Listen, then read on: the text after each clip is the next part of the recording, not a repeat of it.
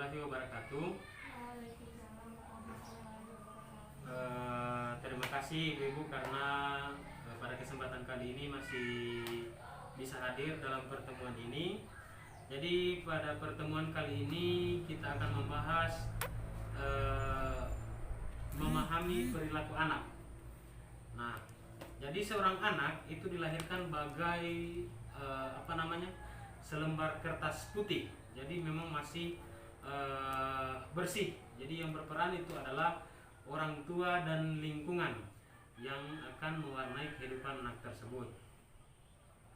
Nah, pada kesempatan ini juga kita akan mempelajari bagaimana cara meningkatkan perilaku baik anak, dan cara mengurangi perilaku buruk anak. Jadi ada dua.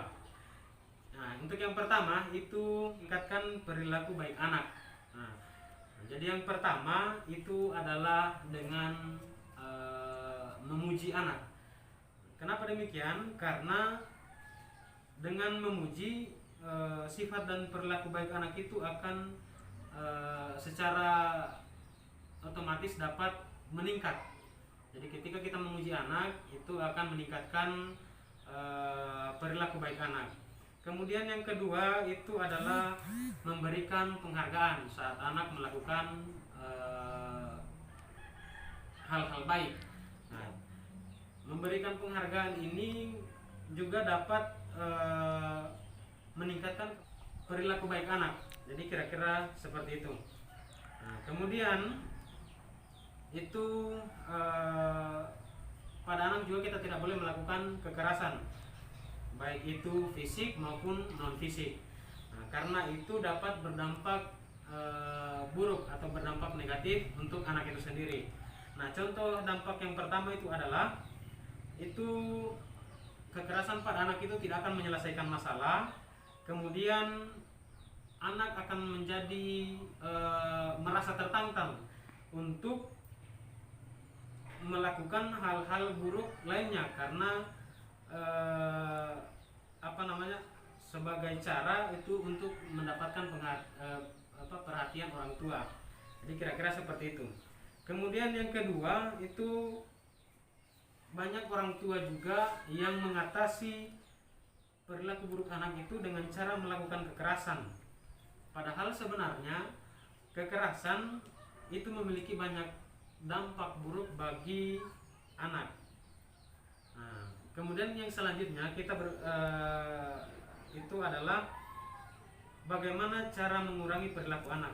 Jadi ada beberapa cara, ada 4 cara di sini yang akan saya sampaikan kepada ibu-ibu sekalian. Yang pertama itu membuat lingkungan aman bagi anak.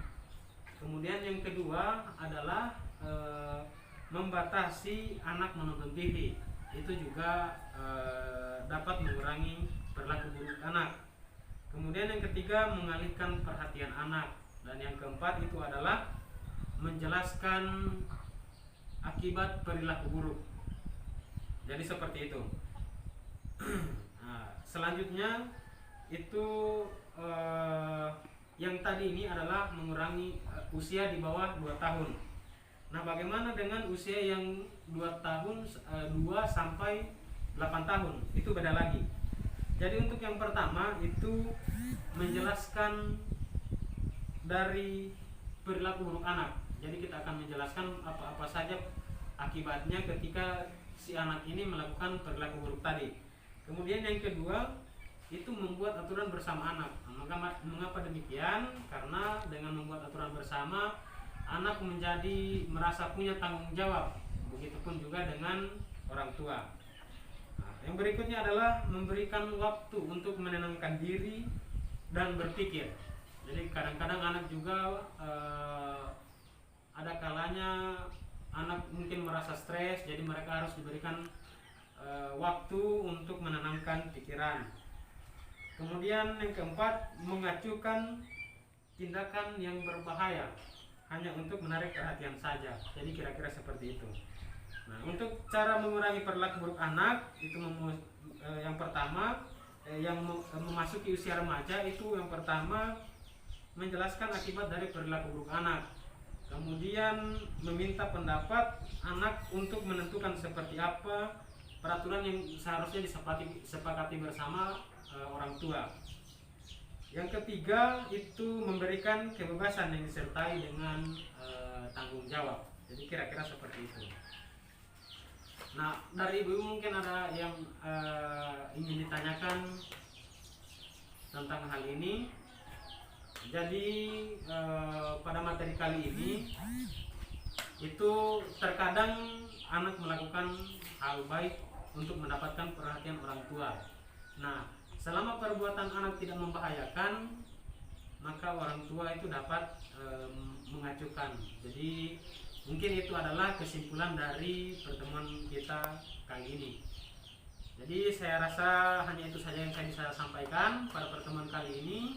Terima kasih untuk kesempatan ibu-ibu semua sudah sempat hadir dalam pertemuan ini.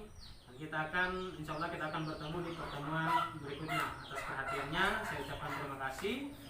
Wabillahi taufiq wal hidayah. Assalamualaikum warahmatullahi wabarakatuh.